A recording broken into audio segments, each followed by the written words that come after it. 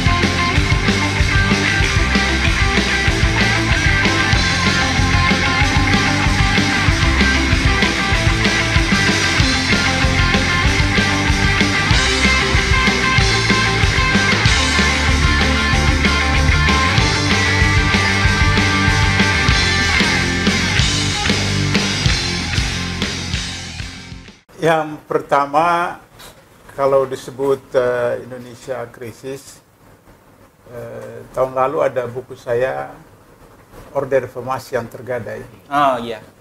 Situ saya sebutkan ada 5 krisis. 2022 ya, Pak Abdullah. Ya tahun lalu. Oh iya ya, 2023 berarti. Itu pertama krisis korupsi, Ya. yang kedua krisis narkoba, yang ketiga krisis keluarga, yang keempat krisis penegakan hukum, Oke. dan yang kelima krisis nasionalisme identitas. Dan kemudian jalan keluarnya saya tawarkan tahun ini terbit buku saya yang terbaru, Indonesia Berkah 2045. Oke. Kenapa KPK mengalami hal seperti begitu? Pertama dari segi historis lahir KPK. KPK di dunia itu adalah kebijakan dari UNCCSC, badan korupsi oleh PBB, Ya. yang menetapkan perlu ada lembaga-lembaga pemberantasan korupsi di seluruh dunia. Oke.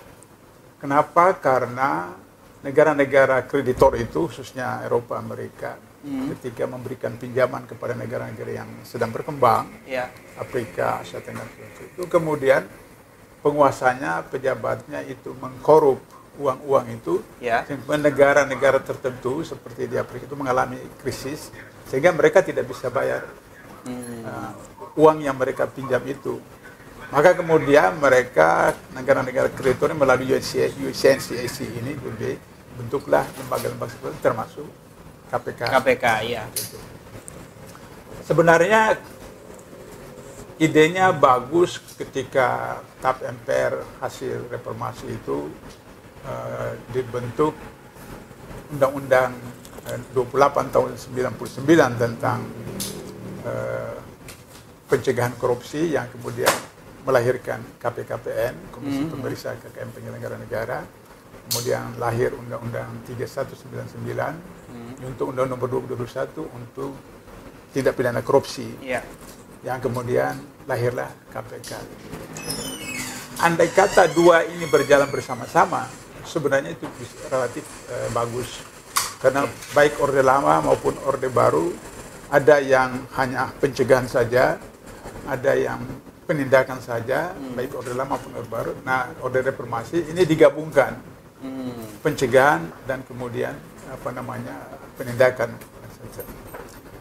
Tapi pengalaman menunjukkan pada zaman Orde Baru itu semua undang-undang itu naskah akademisnya relatif bagus. Naskah akademisnya relatif bagus. Kenapa? Karena yang menyusunnya itu biasanya guru besar, profesor, doktor di DPR, sehingga begitu relatif bagus. Tapi tetap saja ada satu ruang atau jendela atau pintu tempat mereka meloncat keluar. Jadi pasal yang melindungi mereka seperti itu. Nah, ketika reformasi, maka kemudian kita tahu hampir sebagian besar, bahkan mungkin seluruh undang-undang yang disahkan oleh DPR itu dibawa ke MK. Oke. Kenapa? Karena yang menyusunnya itu orang-orang yang tidak pakar di bidangnya masing-masing. Pada waktu itu ya. Pada waktu reformasi ini. Kenapa? Karena ASN itu tidak bisa lagi jadi anggota DPR. Jadi dosen, profesor, doktor yang ASN itu tidak bisa jadi anggota DPR kecuali berhenti dari ASN. Problemnya adalah kalau dia terpilih. Kalau tidak terpilih gimana seperti itu. Maka kemudian undang-undang itu dibahas, disusun oleh orang-orang DPR yang kalau data-data KPK 575 orang itu hampir 50% pengusaha. Oke. Sehingga orientasinya orientasi bisnis. Oh, dari sanalah ya mungkin. Orientasi bisnis. Nah, oleh karena itu maka kita lihat Undang-Undang COVID-19, Undang-Undang Minerba, Undang-Undang KPK, Undang-Undang Cipta Kerja, Undang-Undang KUHP, Undang-Undang yang terakhir Kesehatan, semua itu adalah kepentingan oligarki, Pembisnis kepentingan tadi. pebisnis, seperti itu. Nah, jadi kembali ke KPK, Undang-Undang Nomor 30 2002 itu relatif bagus. Dan tidak ada PP tentang Undang-Undang 30 2002 itu. Kenapa? Karena Undang-Undang 3199 itu memberikan waktu paling lambat 2 tahun harus dibentuk KPK. Oke. Nah, pada waktu itu Megawati presiden. Akhirnya kemudian kalau dipersoalkan lagi PP apa itu bisa lewat batas waktu sehingga Megawati bisa dipersoalkan. Maka kemudian Undang-Undang 30 2002 tidak diikuti dengan PP, tapi kemudian diberikan kewenangan kepada pimpinan KPK untuk menyusun. Namun demikian ada PP 63 tahun 2005 tentang manajemen SDM KPK. Ya. Dari manajemen SDM KPK dengan PP itulah kemudian dibentuk apa yang disebut SOP, kode etik dan seterusnya seperti itu. Qadarullah saya dipercayakan menjadi koordinator penyusunan SOP Pada KPK. Jadi insya Allah saya kuasai itu. Nah, sehingga ketika Firly menjadi deputi penindakan, saya sudah pensiun waktu itu. Saya diundang untuk menjadi ahli, dimintai keterangan saya apa yang dilakukan oleh Firly itu melanggar kode etik atau tidak. Saya datang waktu itu saya di Sumatera Selatan, terbang datang ke sana. Sampai di pengawasan internal, sebelum saya diajukan pertanyaan, disampaikan 2 video singkat. Oke. Saya bilang, wah ini bukan etik, ini pidana. Pidana. Kenapa? Saya bilang, menurut Undang-Undang KPK, insan KPK itu tidak boleh bertemu langsung maupun tidak langsung dengan tersangka, calon tersangka, saksi, calon saksi, dan keluarga.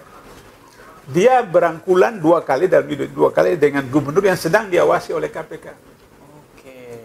Nah, Waktu itu gubernur siapa, Bang? itu TGB. Nah, sehingga kemudian diproses oleh Komite Etik KPK. Putusannya hukuman berat, sangat berat. Maka diberhentikan. Cuma dalam SOP itu yang menetapkan bersalah atau tidak seorang pegawai KPK adalah majelis kode etik, tapi eksekutornya adalah pimpinan. Jadi sebelum pimpinan menerbitkan SK pemberhentian, dia ditarik. Kan sama-sama orang Sumatera Selatan.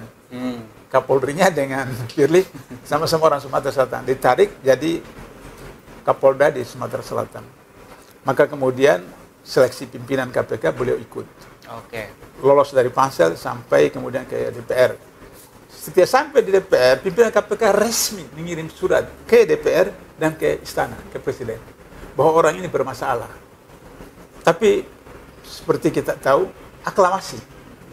Komisi 3 memilih Firly sebagai ketua KPK. Saya ditanya wartawan lagi itu, kenapa bisa begitu? Saya bilang, dia mantan deputi penindakan. Jadi dia tahu. Jadi di sini proses negara ini dalam negara saling menyandra. Oh, Saling itu menyandra. kuncinya ya sebenarnya. Itu persoalannya. Sehingga dia begitu, maka tugas dia untuk KPK adalah menyelamatkan, melindungi, menjaga. Khususnya Tito. Kalau Anda ingat dulu ada kasus buku merah. Ya. Nah, buku merah itu Tito terlibat seperti itu. Sehingga tugas Firly menyelamatkan Tito. Waktu itu kan dia Polda. Ya. Nah, gubernurnya siapa? Presiden Anda, saya lupa namanya. Ahok bukan. Gubernur. Jokowi. Oh iya. Kan waktu itu dia gubernur. Oh iya. Iya. Sebelum jadi Rumah Papa Anda sudah lupa presiden. Iya. Nah, dia terlibat, adik iparnya terlibat dalam soal pembebasan pajak. Ya. Nah, seperti itu. Sehingga dengan begitu maka Firly punya tanggung jawab untuk menyelamatkan mereka dua. Karena itulah maka kemudian Gufron setelah pergantian 2019 Gufron itu orang yang kemudian mengajukan gugatan ke MK agar supaya pimpinan KPK itu dari 4 tahun menjadi 5 tahun. Itu Gufron ya Pak ya? Gufron, iya. Oh, oke.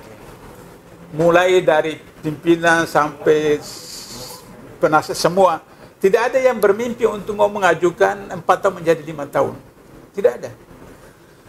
Kenapa? Karena kalau bukan karena pengabdian, orang KPK itu tidak mau petugas ke daerah. Saya pengalaman sebagai penasihat, itu berapa kali nombok. Berapa kali nombok. Misalnya, saya pulang malam dari daerah. Ya, logika, ya udah saya ambil taksi pulang ke Depok kan. Nah, itu kan dari bandara sampai ke Depok, tempat saya itu kan sekitar 200-an ribu kan gitu. Lapor bagian keuangan, kemudian Pak Bula harus ganti rugi ke negara. Kenapa? Ini Pak Bula taksinya 200 ribu berapa? Jatah saya itu 100 ribu. Karena apa? Dari kantor ke bandara, kembali lagi ke kantor. Baru punya kendaraan pribadi, pulang. Jadi kalau bukan karena pengabdian, orang nggak mau bertugas di KPK itu. Yeah. Apalagi mau 4 tahun menjadi 5 tahun. Yeah. Nah, Gufron ini karena batas umurnya itu nanti kemudian berlaku, dia tidak bisa karena dia belum 40 tahun itu belum bisa seperti itu untuk sampai 50 tahun seperti itu. Ya dari 40 kan diubah menjadi 50 tahun. Yang kedua, kalau tahun lalu KPK baru terpilih, bisa saja di antara 5 orang itu ada 1-2 orang yang gila yang masuk. Maka kasus Gibran, kasus Kaisang, dan lain-lain itu bisa diangkat. Itu problem. Karena itulah maka kemudian skenario itu kan luar biasa kan. Kan di sana ada ipar jadi ketua MK. Ya. Nah, jadi ketika Gufron majukan, ya udah langsung diokein. Diokekan kan. Diokekan seperti itu. Sehingga kemudian 2024 sekarang ini. Nah, lantas kemudian ada yang mengatakan nanti kalau Prabowo sudah dilantik, dia bisa kemudian keluarkan yang tadi disebut oleh Pak Masjid bahwa di ADRT Gerindra itu kan udah ada sempat pilih yang asli. Saya bilang sama teman-teman nggak bisa. Kenapa? Karena Prabowo itu punya 2 kasus. Kalau KPK dulu, ada saya, Prabowo sudah ditangkap, sudah diproses. Apa itu Bang? Pesawat terbang dan food estate. Oh, food estate. Ya. Jadi pesawat terbang itu setelah reaksi masyarakat kan dibatalkan. Tapi sudah bayar fee dan menurut Undang-Undang Tindak Pidana Korupsi itu sudah masuk percobaan. Kalau sudah percobaan diproses. Meskipun hukumannya tidak seberat hukuman kalau sudah percobaan. Itu satu. Itu akan digunakan oleh Jokowi sebagai alat pengendali. Yang kedua, food estate. Dibentuk yayasan itu partai punya. Nah, kemudian laksanakan seperti itu. Selain mengorbankan sekian banyak lahan dan kemudian anggaran apa segala macam. Tapi persoalannya adalah soal APBN itu yang kemudian tidak bisa dipertanggungjawabkan dalam konteks Undang-Undang Tindak Pidana Korupsi. Saya mau jujur katakan bahwa termasuk saya underestimate terhadap Jokowi. Underestimate ya. Iya, saya anggap Jokowi itu bodoh. Ternyata tidak. Jokowi itu licik, super licik. Jadi dia menyandra semua orang seperti itu. Ada di grup WA itu dari Papua Barat mengkritik saya mengatakan bahwa saya itu menganggap Sri Mulyani itu bohong. Ketika disebutkan 8.000 sekian triliun utang kita, sementara Jepang, Korea macam-macam sampai ratusan persen dari PDB. Saya katakan bahwa kebohongan publik yang dilakukan oleh Sri Mulyani itu, yang dia sampaikan 8.000 sekian, itu APBN, utang APBN. Tapi ada utang yang non APBN, BUMN, kemudian bayar gaji, pensiunan TNI Polri dan ASN, yang itu total 20.000 kan triliun. Itu kan disampaikan oleh komisi anggaran di DPR sendiri seperti itu. Satu. Yang kedua, negara-negara yang mengatakan lebih 100%, Jepang, apa segala macam itu mereka jujur. Yang disampaikan itu semua utang APBN dan non APBN. Yang ketiga, mereka itu negara kreditor. Jepang, Singapura, Amerika, negara kreditor. Nah, kita debitor. Yang keempat, mereka itu berutang kepada rakyatnya. Kalau kita tidak, bukan berutang kepada rakyat, berutang kepada luar negeri, seperti itu. Nah, sehingga Sri Mulyani itu kan punya kasus.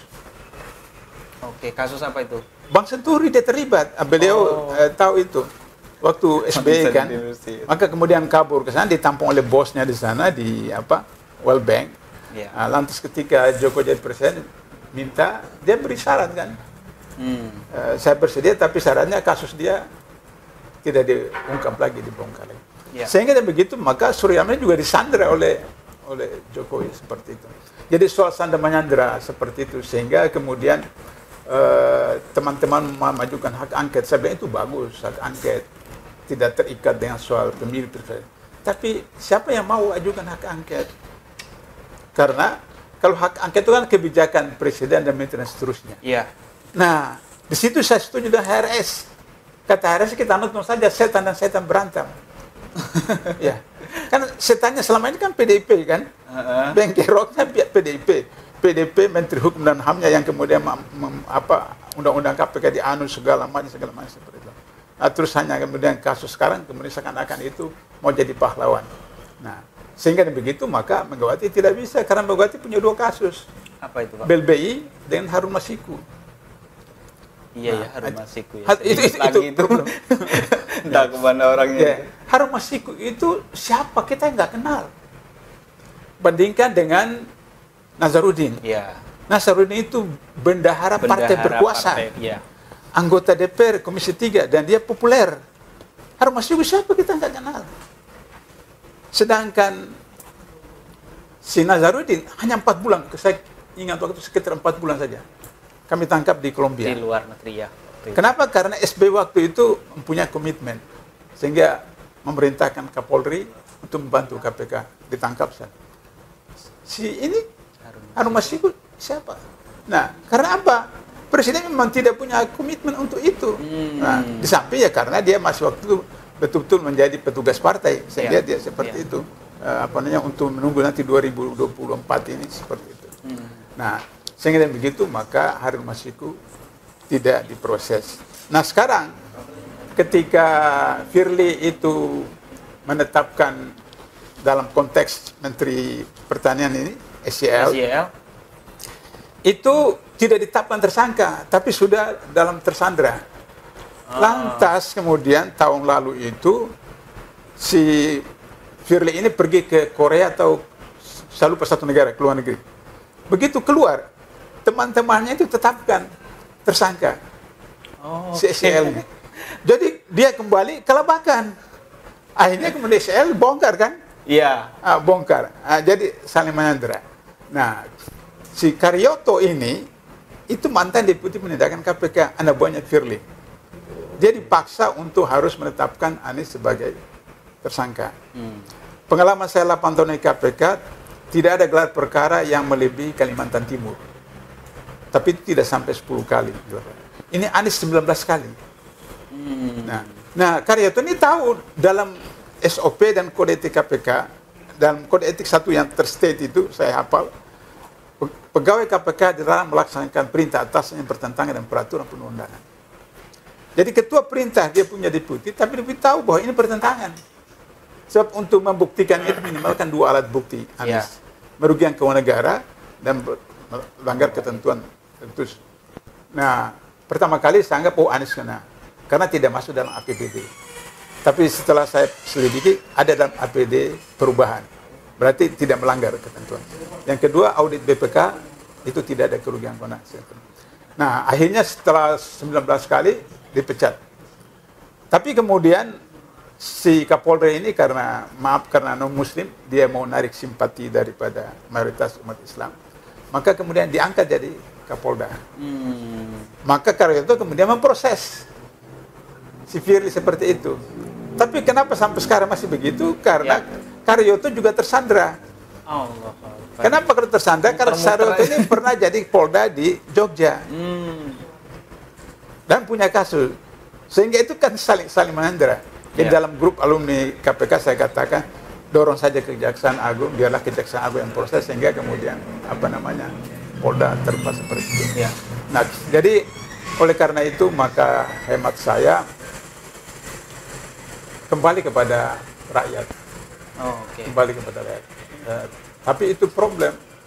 Ya, begitu selesai kampanye, kemudian mau pilpres setelah itu sehari, teman saya dari Malaysia telepon saya, Pak Abdullah, 50% penduduk Indonesia itu miskin, 50% penduduk Indonesia itu pendidikan rendah. Jadi begitu Prabowo mengatakan makan gratis, senang semua, gembira, langsung menyambut semua, gembira semua. Jadi 58% itu memang faktual. Faktual. Pertanyaan adalah bagaimana bisa 50%. Nah, itulah yang kemudian proses bansos dan lain-lain seperti itu. Saya beritahu sama teman-teman tim hukum 01, kalau ke MK itu Anda menyerahkan leher Anda seperti itu. Karena itu dalam program yang tadi Pak Sunus katakan itu, ketika di 99 2002, Undang-Undang Dasar itu kan bukan amandemen. Amandemen itu kan 1 2 pasal. Ini kan dihabisin. Dihabisin. Maka kemudian ada KPK, ada MK, ada bla bla bla itu. Nah, MK itu undang-undang dia 9 orang, 3 presiden, 3 DPR, 3 MA. Katakan MA sebagai wakil Tuhan di dunia. Maka posisinya tetap 63. Sebab tidak mungkin presiden dengan DPR itu bertentangan karena koalisi itu. Jadi tetap 63 seperti itu. Nah, sehingga akhirnya saling menyandera itu kan ketua MK yang sekarang itu kan dia yang menolak ketentuan 40 tahun menjadi itu, kan dia yang menolak. Terus kenapa sekarang karena tersandra juga kan.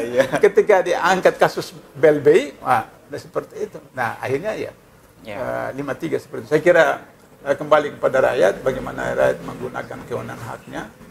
Tapi itulah saya tidak tahu apakah bisa atau tidak. Ya, kita lihat prosesnya selanjutnya. Saya kira itu.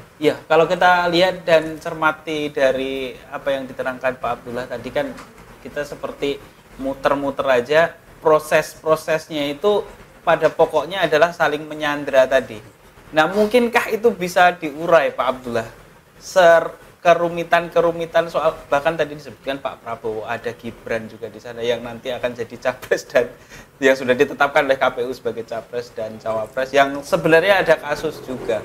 Nah, ini mengurainya ini mau dari mana nih Pak Abdullah? Saya sambil bercanda beritahu sama teman-teman, dengan Prabowo menang ini, maka hakikatnya Jokowi presiden sampai 2045. Allahu Akbar. Analisisnya gimana tuh? Ya, analisis saya sederhana kan. Tadi saya sudah katakan, Prabowo nggak bisa menyatakan diri bisa lepas, dikendalikan oleh Jokowi seperti itu. Kemudian kita lihat bahwa DKI itu akan diurus oleh wakil presiden. Iya kan?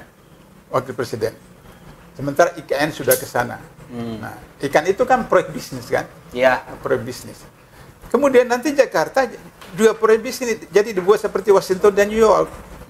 Washington ibu kota negara, New York kota bisnis. Ya. Jadi Jakarta ini jadi kota bisnis seperti Beijing begitu. Nah, siapa yang akan kuasai? Ya mereka kan. Seperti itu. Karena itu maka kalau misalnya pilkada DKI ini Ahok maju, Ya. nah, itu kan problem kan, mereka akan bisnis. Karena itu saya katakan kita daulat beliau ini yang maju pilkada DKI. Ya. Sebab saya bukan tidak setuju Anies, tapi satu pernyataan yang saya setuju adalah bahwa tingkat nasional saja kita dikebulin, apalagi cuma DKI seperti itu kan. Nah, kalau Anies mau maju lagi seperti itu. Yang kedua bahwa ini Anies seakan-akan nanti seperti mau cari jabatan aja segala macam. Karena itu harus kita cari toko baru. Ya. Nah, toko baru. Problem kita kan problem ekonomi. Beliau kan pakar ekonomi. Itu untuk menyelesaikan itu. Coba Anda perhatikan. Di dalam Al-Quran itu puluhan sampai ratusan ayat. Alladzina amanu amilus soleha. Ya. Vertikal, horizontal. Horizontal. Oke. Bagaimana aplikasi bentuknya? Lihat ratusan ayat. Aqimus sholah wa atuz zakah. Jadi vertikal itu intinya sholat, horizontal itu adalah ekonomi. Zakat. Karena itu maka sebelum teman-teman sahabat-sahabat minta diperangi orang-orang Quraisy yang mengganggu para sahabat-sahabat itu tuh untuk diperangi. Nabi larang kan? Nabi perintahkan buka pasar. Buka pasar.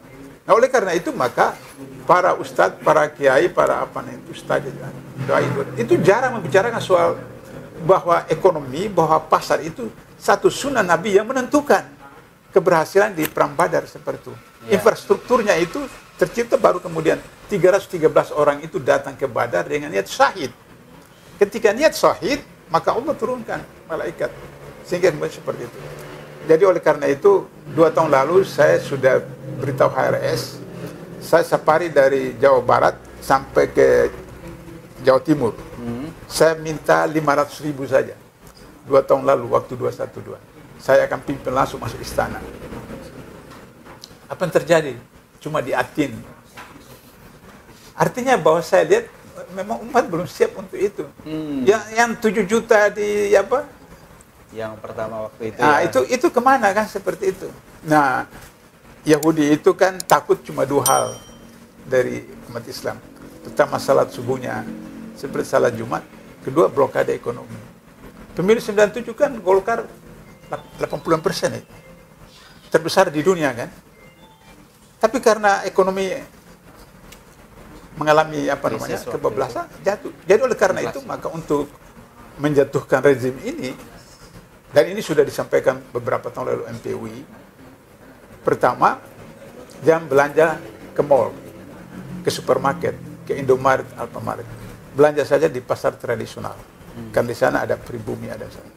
Yang kedua, duit simpanan itu dikonversi ke logam mulia, emas atau perak, kemudian simpan di safety box, disewa di bank syariah, simpan di situ.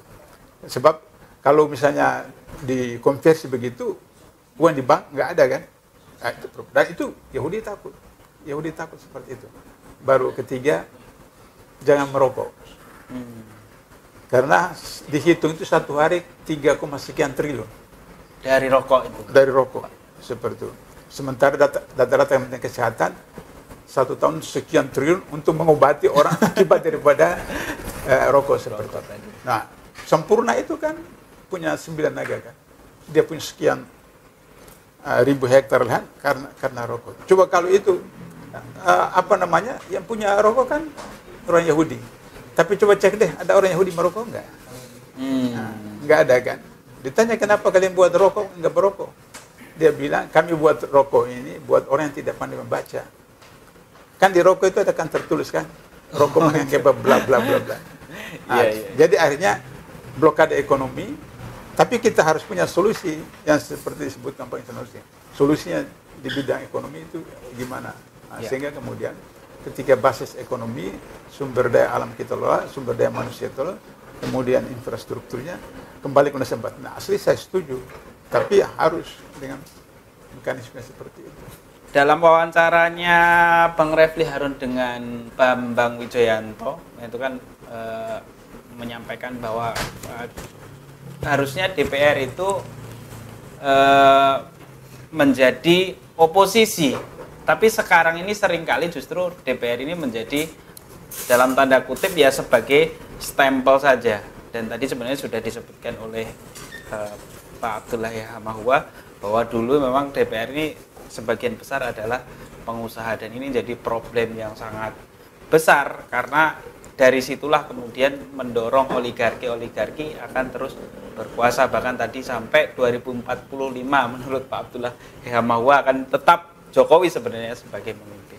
Nah, untuk itu saya minta kami minta Bang Ihsanuddin Nursi untuk mempreteli lah sistem-sistem yang rusak ini baik dari sisi ekonomi maupun politik nih Bang Ihsanuddin Nursi, sehingga kemudian kita punya gambaran yang jelas tentang Indonesia kita ini seharusnya seperti apa menurut perspektif Bang Ihsanuddin Nursi. Silakan. Baik, Bismillahirrahmanirrahim. Saya akan ambil perspektif ekonomi politik dengan indikator-indikatornya. Gitu. Ya. Kita ambil dulu kondisi makro ya. Kalau kita lihat kondisi makro, maka yang pertama kita lihat nilai tukar. Ya. Nilai tukar itu bagian apa yang disebut dengan risiko pasar. Risiko pasar terdiri atas dua, nilai tukar dan suku bunga. Nah, nilai tukar dan suku bunga ini dalam ilmu ekonomi makro barat, dia bersaudara kandung dengan inflasi. Oke. Jadi kalau barat menyatakan inflasi tinggi, maka dia pasti akan terkena ke nilai tukar.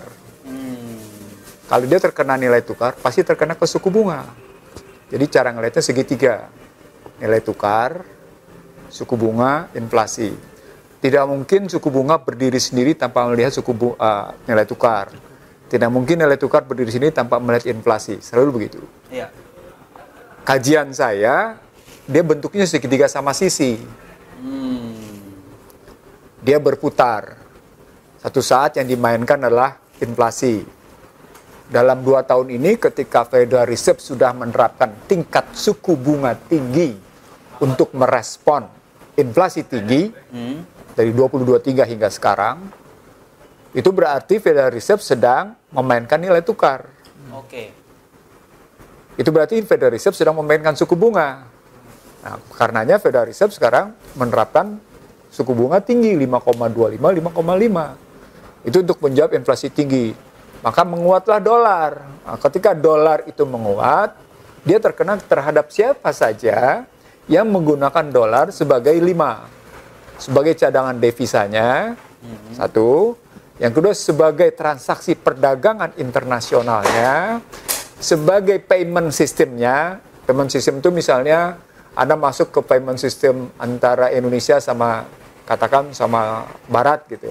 Itu payment sistemnya SWIFT. SWIFT itu basisnya dolar. Tapi kalau pakai Cina sekarang enggak, karena Cina sudah punya payment system sendiri. Kalau ke Rusia enggak, karena Rusia sudah punya payment system sendiri. Nah, tadi satu soal cadangan devisa, 2 soal transaksi internasional, 3 soal payment system, sistem pembayaran. Keempat soal hitungan-hitungan dalam transaksi utang piutang.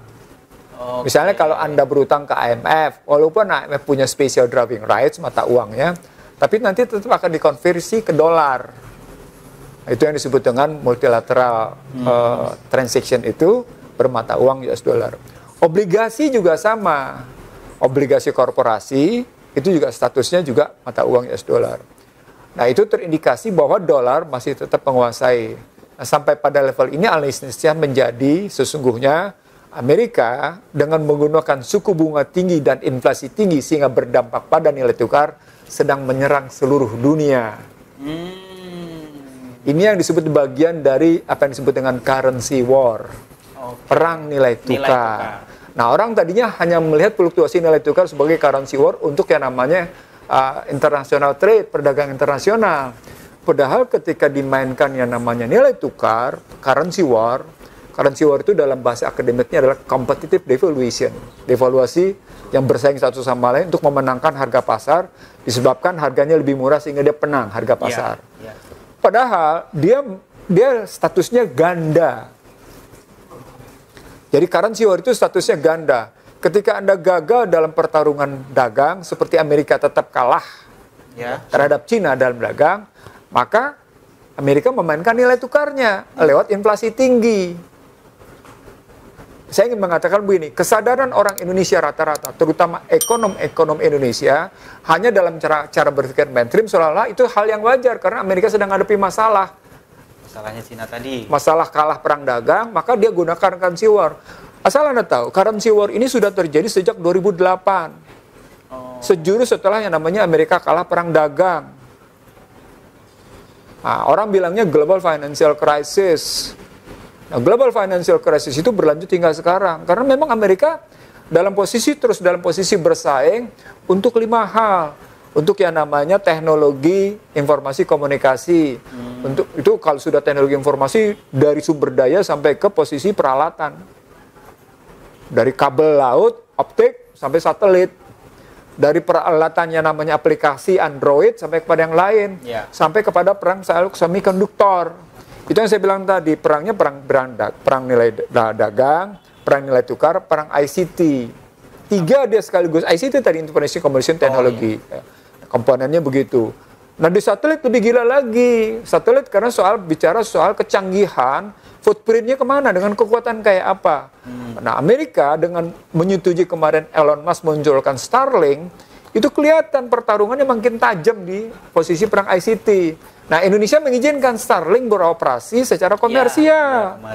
Gitu ya. Nah, dari sana yang kelibat menjadi, kalau kita secara struktural, itu berarti sedang terjadi perang ekonomi secara total. Tetapi ini pun masih belum bisa mengalahkan yang namanya Cina. Karena begitu Cina dilarang menggunakan Android, Cina pakai yang lain. Cina begitu dilarang menggunakan yang namanya Huawei, Cina pakai yang lain.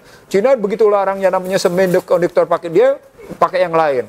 Cina begitu dilarang lagi, terus aja gitu. Bahkan ketika TikTok-nya dilarang, Cina masih tetap eksis gitu.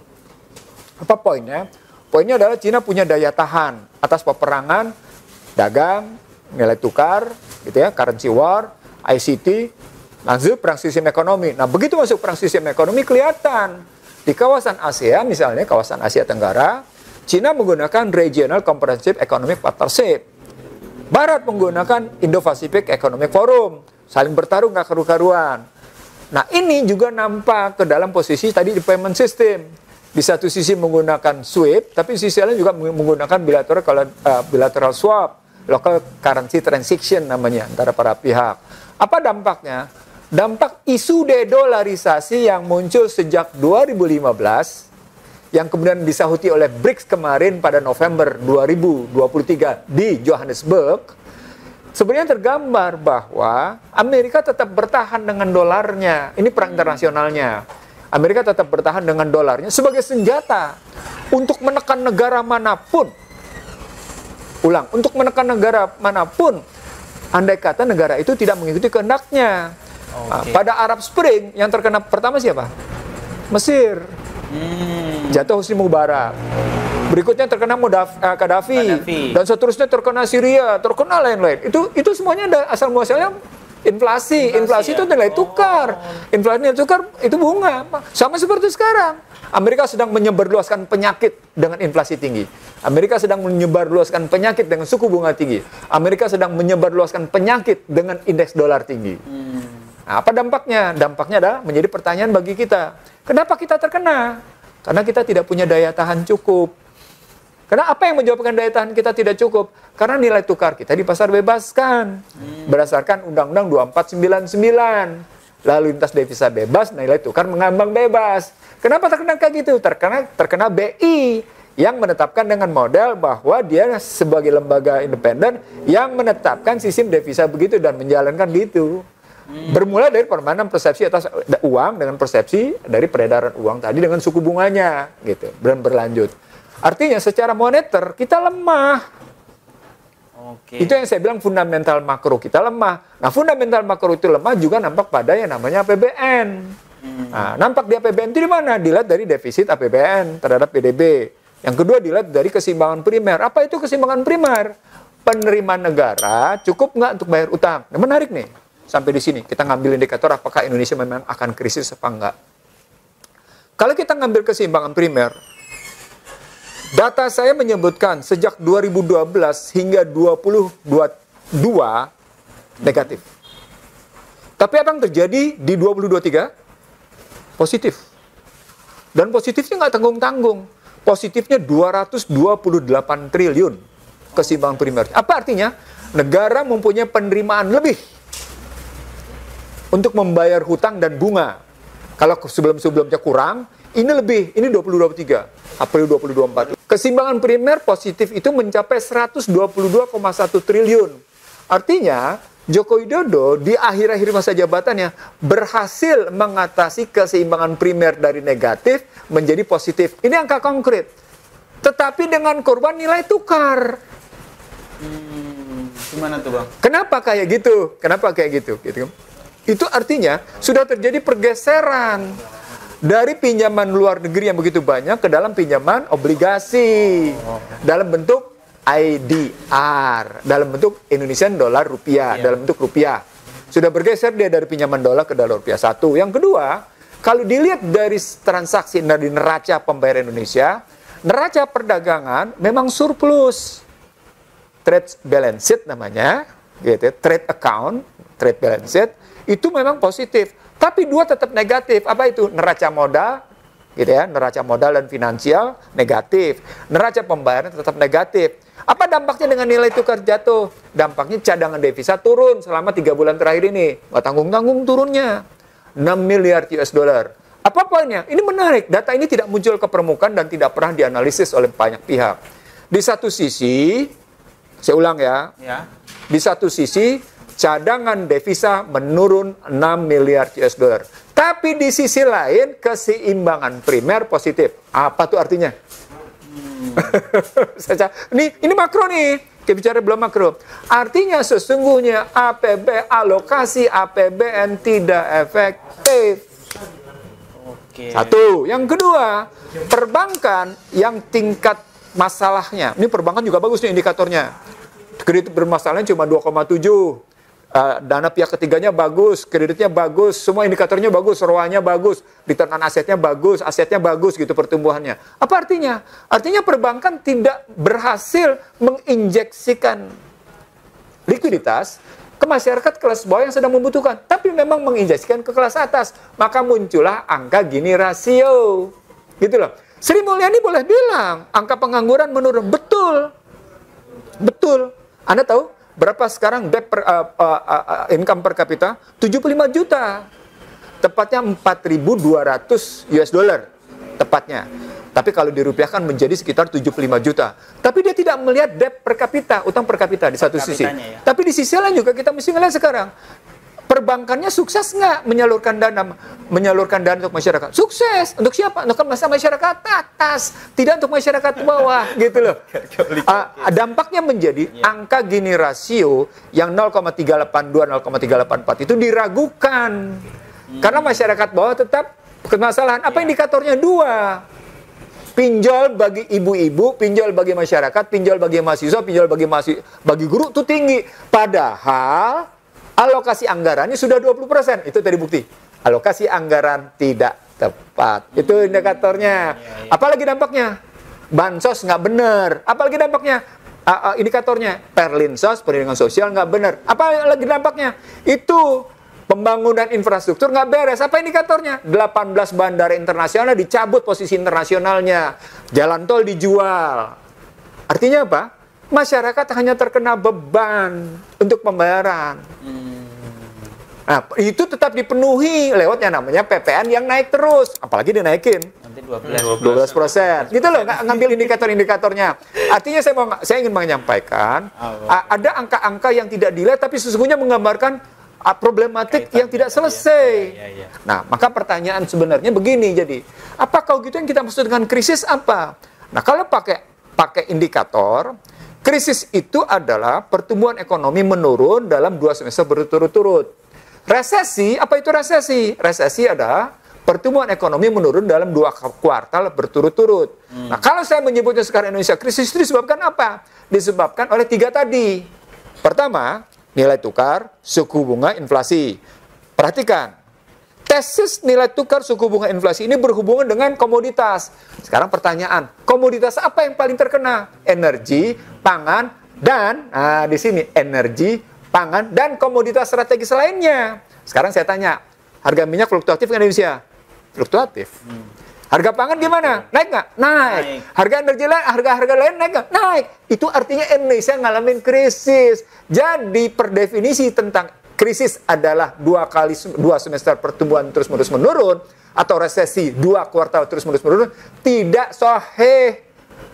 Karena mereka tidak menarik relasi nilai tukar suku bunga inflasi dengan komoditas. That's why saya menyebut fundamental makro Indonesia terus-menerus rapuh.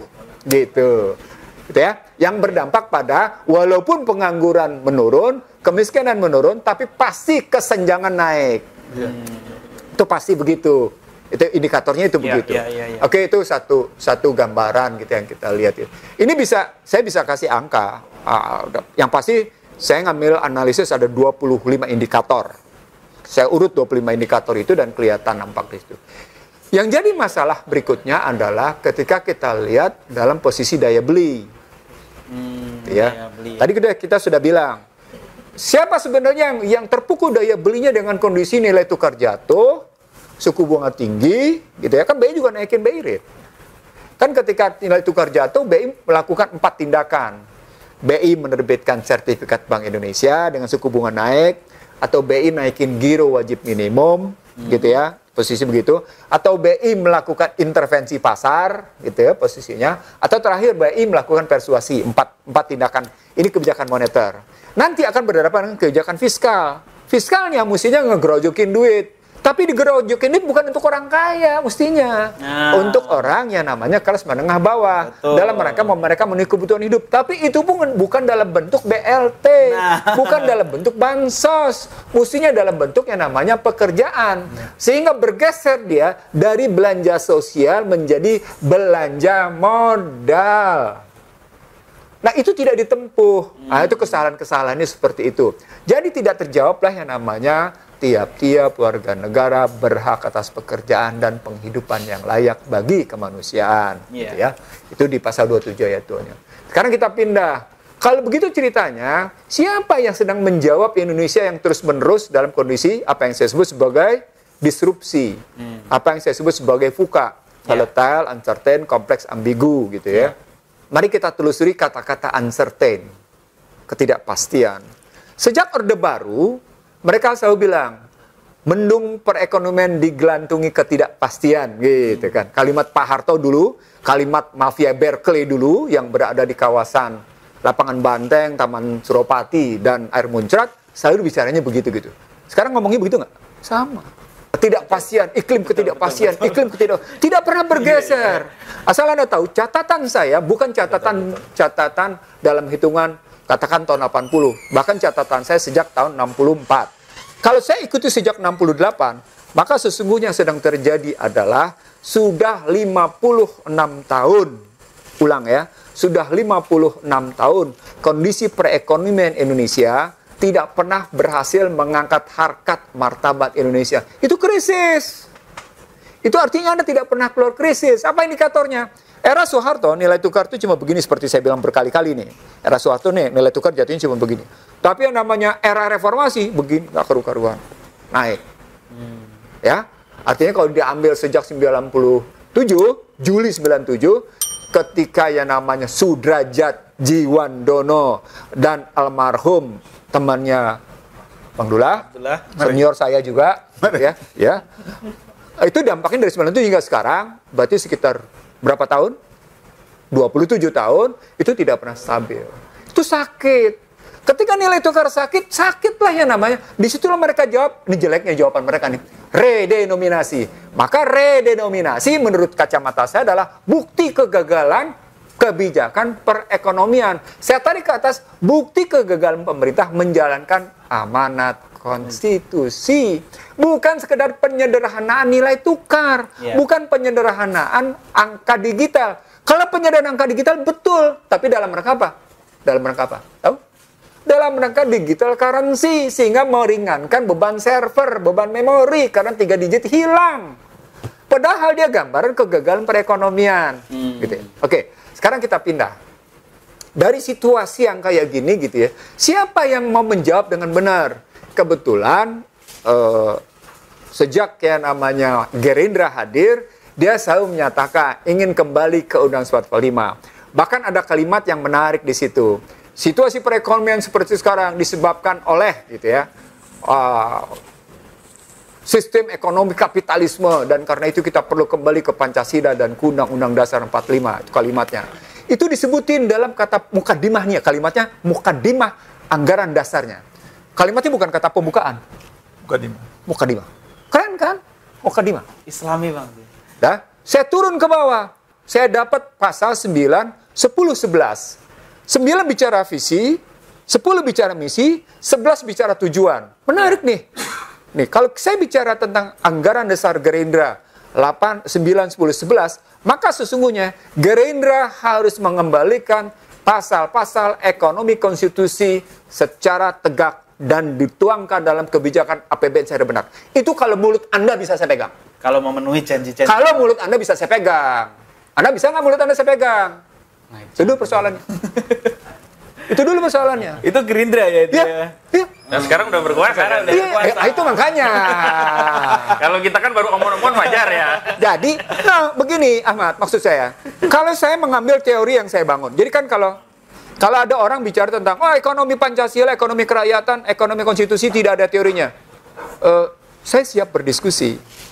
Karena itu disertasi saya. Dan saya sudah ngebangun bisnis modelnya. Orang mungkin cuma sekedar ngebangun konsepsi dan teori. Saya enggak, saya sudah sampai pada bisnis modelnya. Saya terusin sedikit, bahkan saya punya neracanya. Kalau diadopsi tinggal plug aja ya. Ini ada bisnis modelnya nih, dan saya sudah jalanin. Ini ada neracanya nih. Kenapa neraca penting?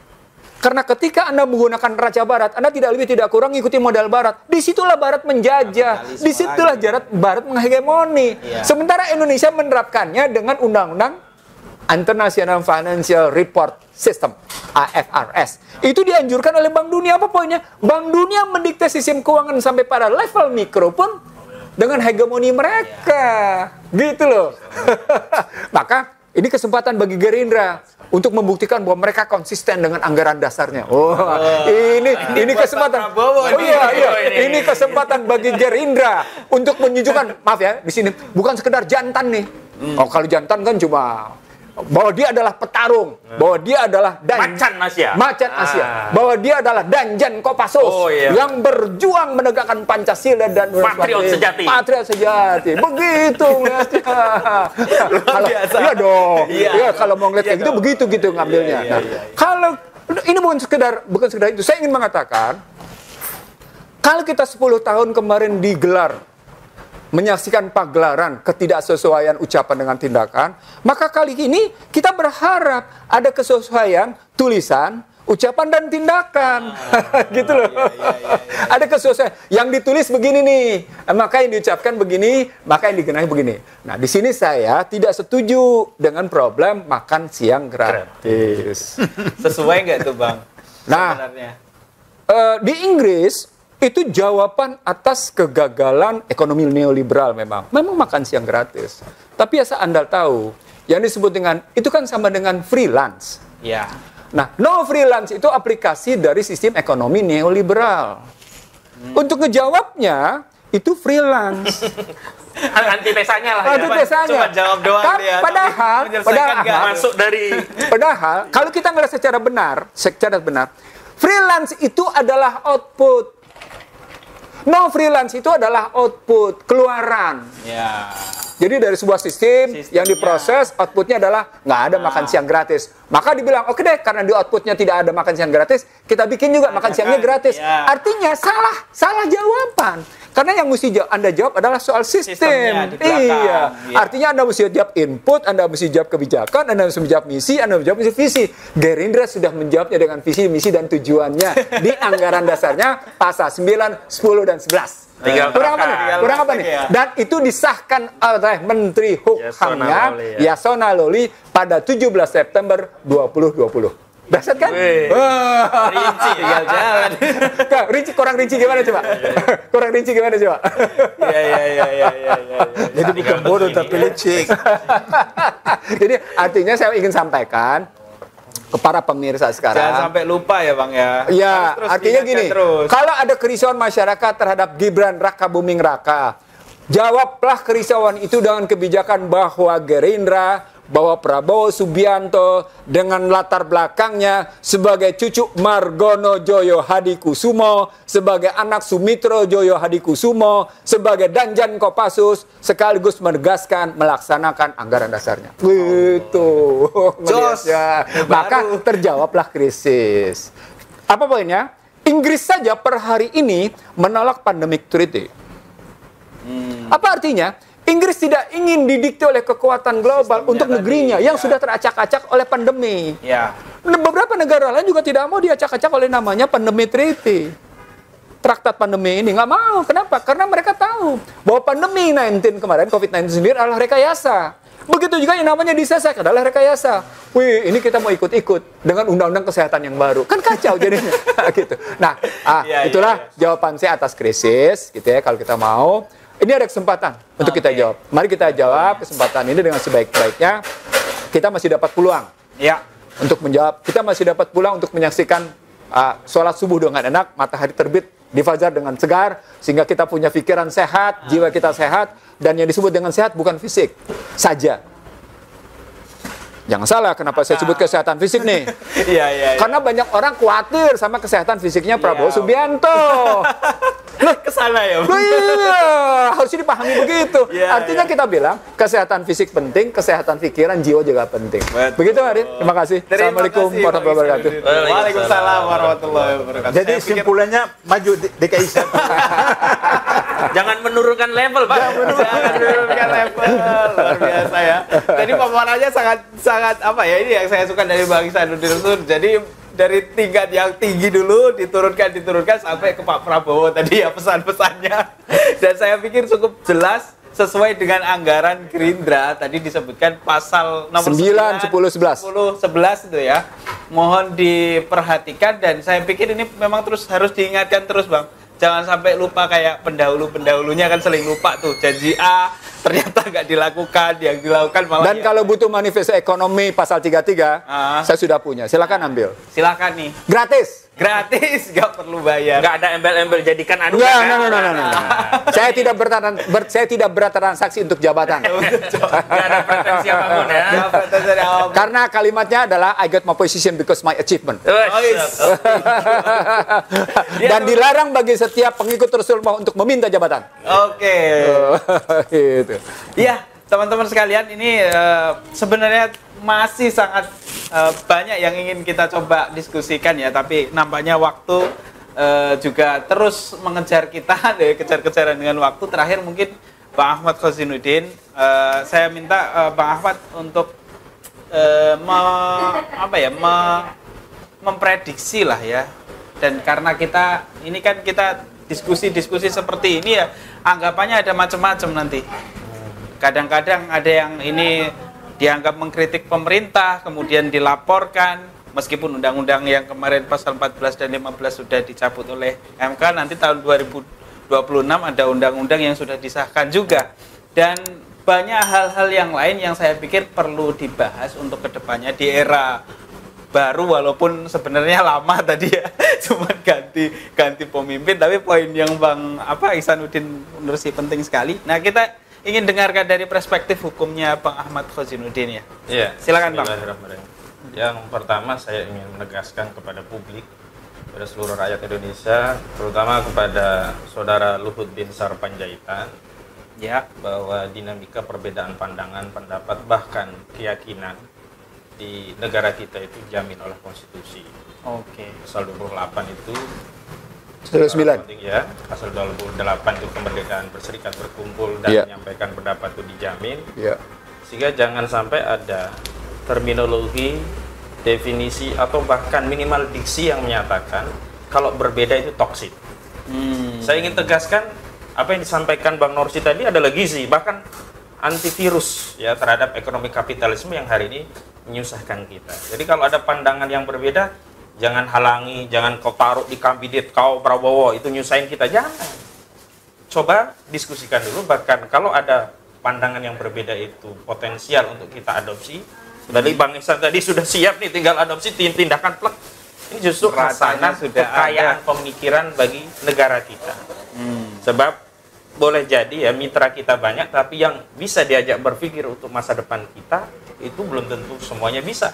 Ya. Karena itu tidaklah keliru kalau pikiran, pandangan, dan pendapat yang baik untuk masa depan kita itu kita bisa ambil dari seluruh elemen anak bangsa, baik yang ada dalam koalisi maupun yang ada dalam oposisi, bahkan yang tidak terlibat baik di koalisi maupun oposisi. Ya. Saya pikir Bang Ihsan, Pak Abdullah ini adalah bagian yang tidak terlibat koalisi maupun oposisi. Ya. Benar-benar menyampaikan pikiran, pandangan, dan pendapatnya demi kemaslahatan atau kebaikan negeri ini. Jadi itu yang perlu saya tegaskan. Yang kedua, kepada Pak Prabowo, sebelum saya masuk ke apa yang ingin saya sampaikan, saya meyakini bahwa Gerindra memang dibangun untuk kebajikan bangsa, dan bahkan secara eksplisit itu sudah dituliskan ya pada anggaran dasar yang tentu saja setiap partai politik itu punya visi untuk bisa ya mengaktualisasikan anggaran dasar organisasi atau parpolnya menjadi kebijakan penguasa atau kebijakan negara. Dan hari ini Pak Prabowo sudah sampai fase sebagai penguasa. Sebentar lagi lah, nunggu 20 Oktober gitu. Ya. Artinya tidak seperti kami yang mungkin hanya omong-omong, jadi bisa mengaktualisasikan dan menerapkan apa yang menjadi cita ideologi Partai Gerindra di anggaran dasarnya menjadi policy atau kebijakan dalam mengelola pemerintahan. Saya kira ini baik sekali, tinggal memang kita uji. Kalau menyebut nama-nama latar itu, tadi saya juga mungkin ikut optimis, tapi begitu melihat sosok yang lain, misalkan Hasim Joyo Hadikusumo, di barisan itu ada 9 naga, ada ya misalnya ya, ada grup-grup yang memang membiayai dalam proses Pilpres kemarin. Nah, ini yang kemudian kita minta konsistensi anggaran dasar ini agar bisa diterapkan.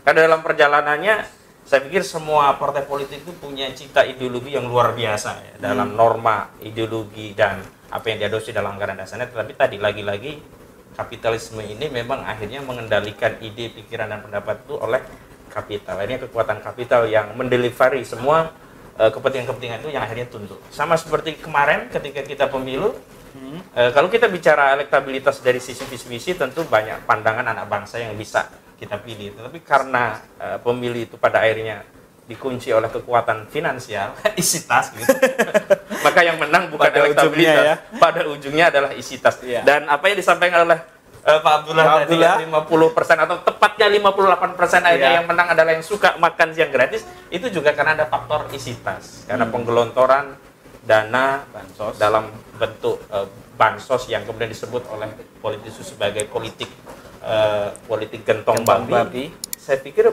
bukan politik gentong babi, ya memang demokrasi seperti itu, isinya babi. Karena nyaris kita tidak bisa hindari bahwa dalam sistem politik yang materialisme, nah ini saya akan masuk ke situ.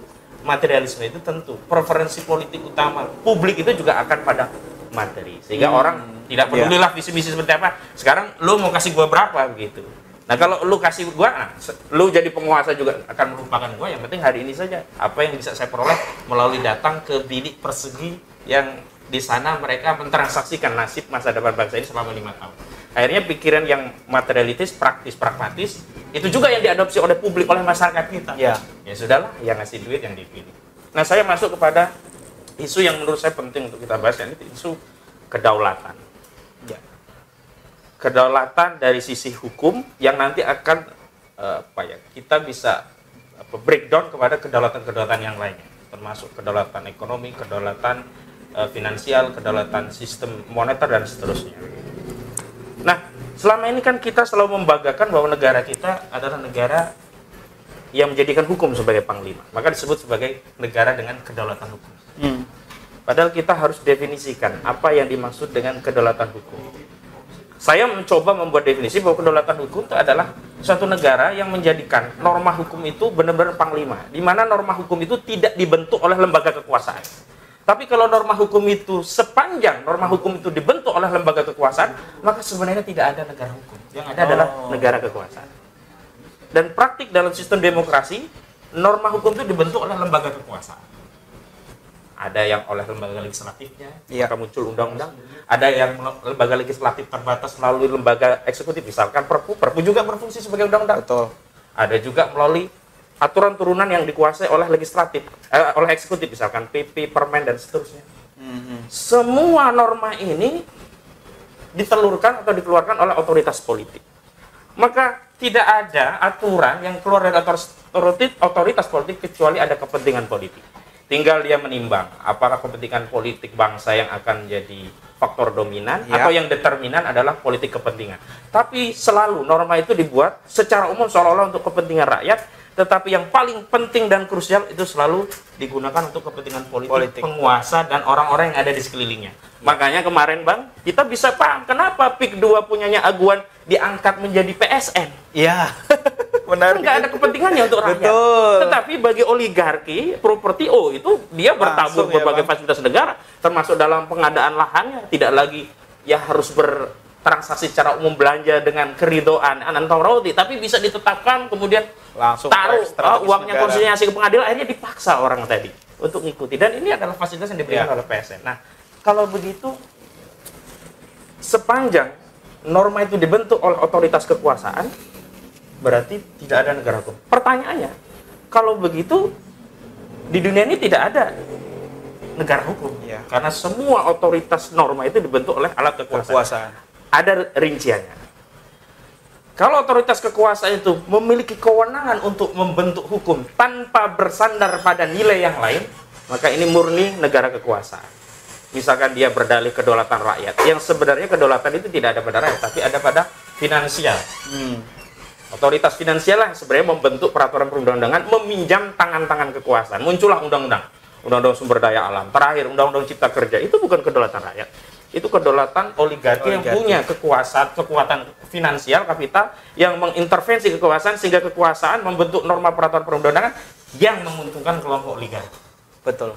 Saya akan masuk menariknya adalah, saya akan buat batasan. Apa itu yang dimaksud dengan negara hukum?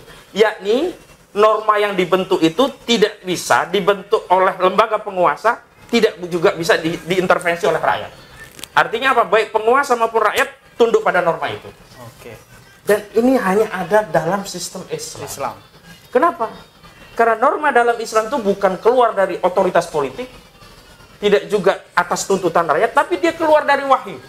Sementara tugas penguasa itu hanya mengistimbat dan kemudian menetapkan itu sebagai undang-undang publik. Sebab kalau tidak ditetapkan sebagai undang-undang publik, maka tidak berlaku secara publik. Karena di dalam syariat kita yang luas ini, ada aturan-aturan yang memang tidak perlu diadopsi oleh negara sehingga dia berlaku secara private. Misalkan tentang fikih yang sifatnya istiadiyah, musik halal atau tidak halal, itu tidak perlu diadopsi oleh negara. Biarkan rakyat memilih mana istiadatnya. Tapi ada hal yang sifatnya publik dan ini berdampak luas dan memang harus diadopsi. Misalnya dalam konteks ekonomi kita bicara pengelolaan sumber daya alam, maka ada wahyu yang turunkan Allah. Ini bukan dari seorang penguasa, bukan juga dari usulan rakyat. Ini dari syariat, dari wahyu. Dan dalam konteks wahyu di dalam Islam kan ada dua sumber primer, Al-Quran, As-Sunnah. Turunannya adalah apa yang ditunjuk oleh keduanya, yakni isbah dan qiyas gitu. Dalam konteks pengelolaan SDA kita hari ini misalnya, kalau dalam Islam kan ada al-muslimuna syuraka'u fi salasi filma wal kala wadah. Nah, di situ yang memiliki kedaulatan adalah syariat. Maka penguasa tidak boleh membuat norma yang menjadikan sumber daya alam yang menguasai hajat hidup rakyat itu diprivatisasi dengan dalih misalnya, BUMN ini nggak becus ngelola. Solusinya bagaimana? Privatisasi. Itu kan terjadi di era Megawati. Betul. Dia tidak melihat akar masalah, tapi dianggap masalahnya adalah justru kewenangan BUMN yang mengelola. Kalau begitu serahkan saja, itu privatisasi. Tambah kacau.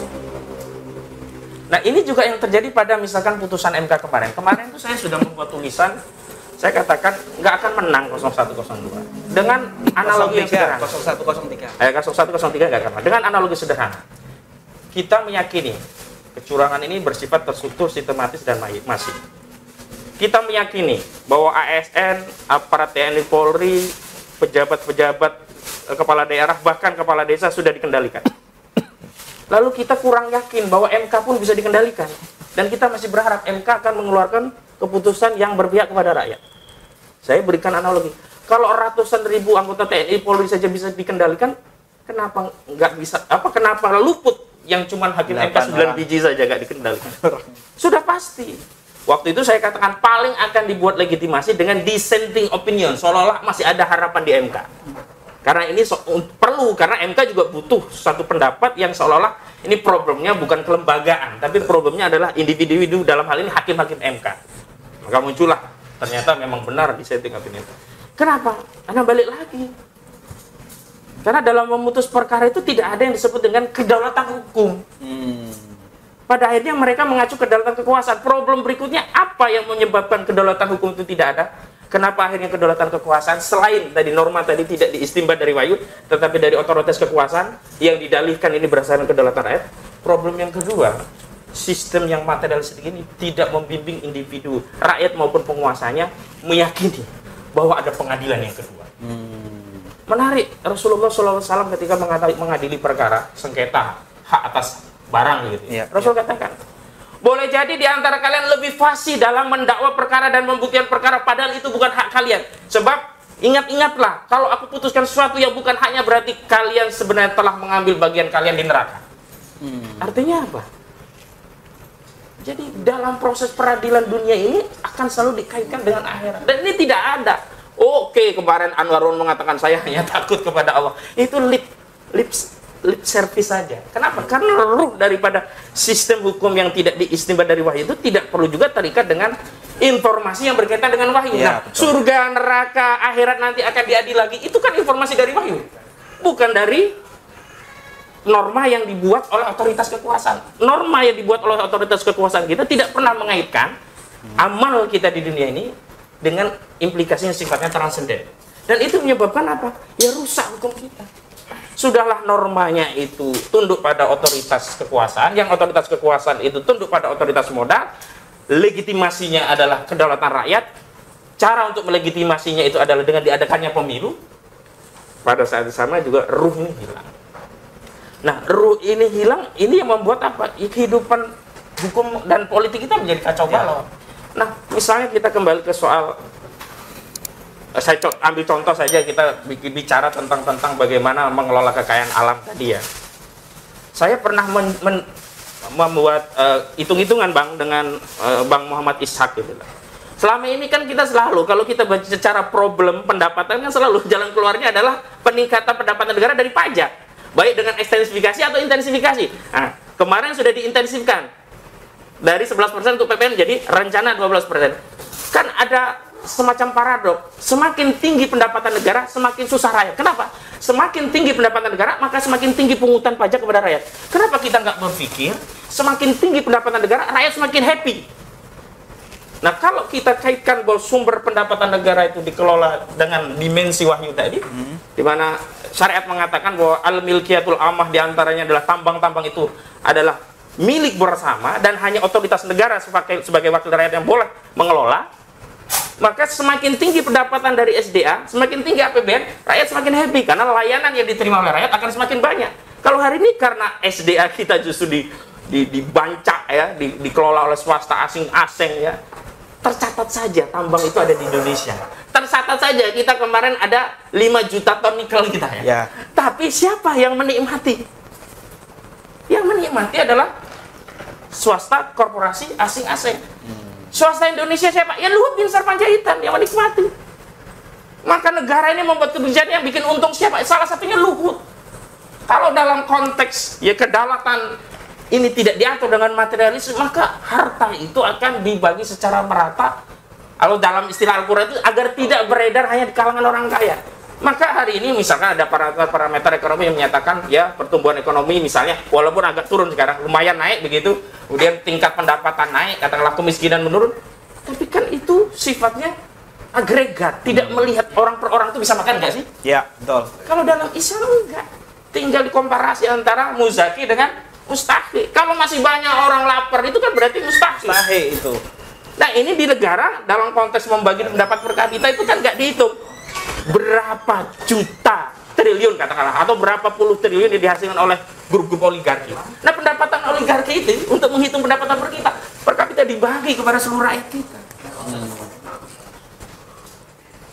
Karena ada sumber. Nah, kan kalau kita bicara konsumsi itu kan terkait erat dengan faktor produksi. Faktor produksi itu kan terkait erat, yang paling utama faktor produksi sumber daya. Sumber daya yang utama sumber daya alam kalau dalam konteks kita ya. Tadi baliknya ke tanah. Saya pernah diskusi Bang dengan namanya Supadi Kendi Budaharjo. Memang kita tidak punya kedaulatan tanah lagi. Jadi terakhir Undang-Undang Cipta Kerja itu melegitimasi perampasan tanah oleh mereka yang punya modal dari rakyat. Jadi rakyat-rakyat nanti kan terakhir kalau yang modalnya giri-giri itu tidak diakui lagi untuk ditingkatkan menjadi sertifikat hak milik. Mereka kehilangan haknya. Tiba-tiba ada oligarki pengen, oh di sana saya bikin pabrik, di sana saya bikin tambang. garis saja dia, koordinasi aja dengan BPN, tetapkan itu menjadi konsesi dia. Rakyat ada di situ, tinggal gusur kalau mau nih uang kerohiman. Nah, rakyat yang kecil akhirnya daripada bertarung pengadilan, pasti kalah, nggak punya lawyer, duit juga banyak, terima yang udah berpuluh-puluh tahun. Nah, bukti konkretnya adalah Pulau Rempang dan Galang. Itu konkret.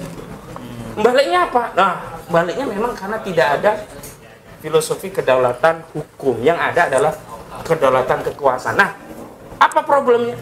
Sepanjang kedaulatan itu adalah kedaulatan kekuasaan, maka terjadi pertarungan ya politik di antara para orang yang berebut di tampuk kekuasaan untuk memenangkan norma yang dia yakini untuk menguntungkan kelompok dan kepentingannya. Nah, tapi kalau kita bicara tadi mayoritas adalah pengusaha, maka wajar kalau sekarang anggota DPR atau parpol itu nggak mikirin rakyat. Coba Masinton Pasaribu hampir 10 miliar kalah juga. Masinton elektabilitasnya udah tinggi, duit katanya hampir 10 miliar, kalah juga. 10 miliar ya? Iya, yang lain ada yang di DKI Jakarta, ini ya, Dapil Jakarta, 100 miliar. Ahmad Ali itu berapa ratus? Kalah. Kalah. Lalu apa mungkin kalau mereka kemudian dapat ya posisi sebagai otoritas kekuasaan, membentuk norma itu mau pro kepada dia rakyat. Iya. Pasti norma itu pro kepada dia. Iya. Pro kepada dia pada dua pendekatan. Pertama yang menguntungkan, ada bisnis dia yang diuntungkan dengan kebijakan itu. Yang kedua, ada nggak yang titip di belakang yang bisnisnya mau diuntungkan dengan dia? Dia dapatlah dari situ. Dan ini kan berulang kali begitu. Iya. Makanya kalau kita bicara tentang masa depan Indonesia, ya saya bisa, bukan masalah pesimis, saya hampir sama dengan Bang Abdullah. Sampai 2025 nih kalau trennya begini gitu loh. Nah saya pikir, nah hari ini misalnya ya, ada pandangan yang berbeda dari Bang Abdullah, Bang Ihsan. Jangan dianggap toksit, itu loh pesan saya awali tadi, jangan dianggap toksit. Bahkan dalam sebuah tulisan saya katakan justru yang toksit itu Luhut Bin Sarpanjaitan. Kalau ukurannya konstitusi. Kenapa? Dalam konstitusi kebebasan berpendapat itu dijamin. Yang kedua, konstitusi itu pasal 33 menyatakan bumi, air, kekayaan yang terdapat di dalamnya digunakan sebesar-besarnya untuk kemakmuran rakyat. Tapi di bawah kepemimpinan saudara Luhut Bin Sarpanjaitan, kebebasan berpendapat diberangus. Dia laporkan Haris Azhar dan foto yang Malidianti. Hanya karena beda pendapat tentang rencana eksploitasi tambang emas di Blok Wabu Intan Jaya. Dalam konteks ya pengelolaan SDA, sepanjang kepemimpinan saudara Luhut Bin Sarpanjaitan, SDA kita bukan sebesar-besarnya kemakmuran rakyat. Bener rakyatnya mungkin ya, tapi rakyat Cino. Yeah. Berarti toksit Luhut Bin Sarpanjaitan gitu. Makanya kalau Bang Ihsan titip ya, ADART terapkan, saya titip Pak Prabowo, jangan ambil Luhut jadi menteri, toksit itu. Begitu dulu. Luar biasa. Ini makin sore makin memanas ya. Tolong teman-teman kalau sudah adzan maghrib nanti diingatkan ya, karena Bang Ihsanuddin sedang saum pada hari ini. Nah ini mungkin ini sebenarnya nggak terakhir Bang, tapi nanti kita akan ada diskusi-diskusi yang lain. Saya pikir penting kita untuk senantiasa berdiskusi untuk membuat ya memberikan pencerahan-pencerahan lah kepada masyarakat kita. Yang kalau kita lihat memang akhir-akhir ini makin pesimis rakyat ini untuk melakukan diskusi atau kritik terhadap pemerintah. Nah, saya pikir kita penting punya tokoh-tokoh yang terus memberikan diskusi, memberikan pandangan-pandangan yang berbeda untuk pemerintahan berikutnya. Dan karena itu penting untuk terus adanya diskusi ini, tapi kita dibatasi oleh waktu. Kita minta mungkin closing ya. Nggak closing, nanti kita akan ada diskusi lagi nanti ke depannya. Nah ini pesen lah mungkin ya, 5 menit lah masing-masing. Bang dari Pak Abdullah ya Mahwa dulu, nanti kesimpulannya diskusi untuk hari ini 5 menit, nanti Bang Ihsan, dan terakhir dari Pak Ahmad Fauzin. Silakan. Yang pertama, karena saya 12 tahun di bidang pencegahan dan pemberantasan korupsi, ya, maka setelah mendengar pemikiran-pemikiran ini, Bapak Ibu di rumah, kalau ada yang punya calon mantu itu koruptor, ya, langsung aja WhatsApp, putus, tidak jadi. Kalau ada pasangan muda-mudi yang mau berencana menikah tapi tahu bahwa calon istri, calon suami dari keluarga koruptor, putuskan saja seperti itu. Ya. Jadi daripada nanti jadi masalah, lebih baik dari sekarang. Yang kedua, kalau tahu bahwa itu bukan hak Anda, meskipun cuma Rp1, jangan diambil. Ya. Kalau itu punya hak Anda, ya bisa sampai berbusa-busa untuk memperjuangkan. Yang ketiga, kalau ada koruptor itu punya acara hajatan, undang kita, jangan datang. Kalau kita punya hajatan pribadi, jangan undang. Sebab apa? Ini ada fenomena aneh betul Indonesia ini. Koruptor keluar, itu disambut dengan upacara. Kemudian syukur apa? Seakan-akan itu pahlawan yang baru kembali dari medan perang seperti itu. Nah, padahal kalau saya ingat di kampung itu, kalau ada pencuri itu, arak ke kampung, pakai papan itu, saya pencuri apa. Kenapa Islam itu menetapkan hukuman badan? Ya, pencuri dipotong tangan, pembunuh dibunuh, kisah dan seterusnya. Karena untuk menjadi pelajaran, iktibar bagi orang lain. Kalau hukuman penjara, saya pernah di penjara, jadi saya tahu. Tidak menyelesaikan persoalan. Jadi ketika ada kasus-kasus siapa kelari keluar apa itu, saya tahu karena saya pernah di penjara 2 tahun, jadi saya tahu bagaimana permainan di dalam ya, seperti itu. Nah, karena itu maka sanksi sosial itu yang sangat berpengaruh. Nah, terakhir, kalau koruptor meninggal, jangan dilayat. Jangan dilayat ya, Pak? Iya.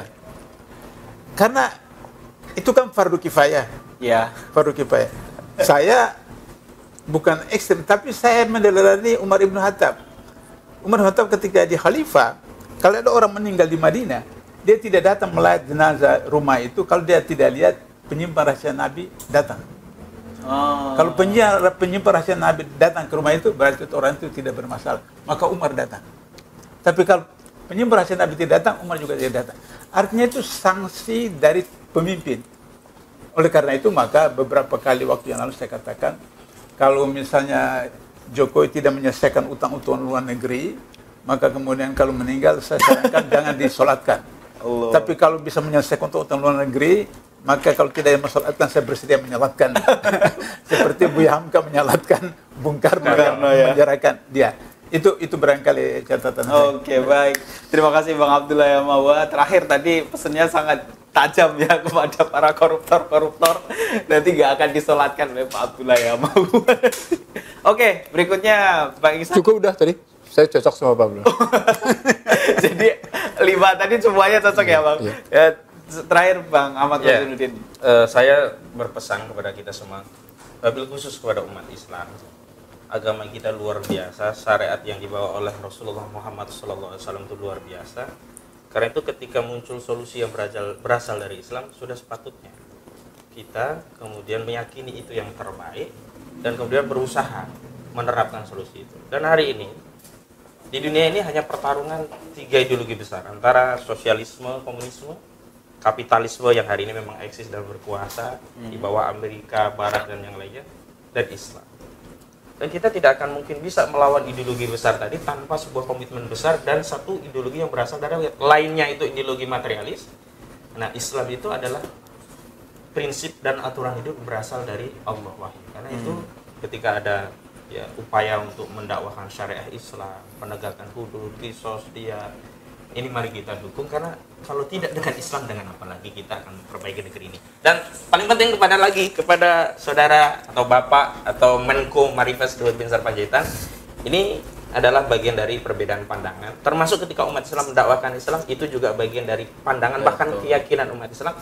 Sehingga jangan pernah mengedarkan narasi toksik kepada siapapun, individu atau kelompok yang punya pandangan yang berbeda dengan Anda maupun dengan kebijakan pemerintah, karena kita butuh ada yang menyeimbangkan, ada yang mengkoreksi. Kami hanya menyuarakan. Toh pada akhirnya yang berkuasa, suka-suka kalian lah. Betul. Tapi kalau kami punya pandangan itu kemudian dianggap toksik, saya justru tegaskan, orang yang punya pandangan seperti saudara Luhut adalah toksik, dan mohon Pak Prabowo jangan akomodir di pemerintahnya.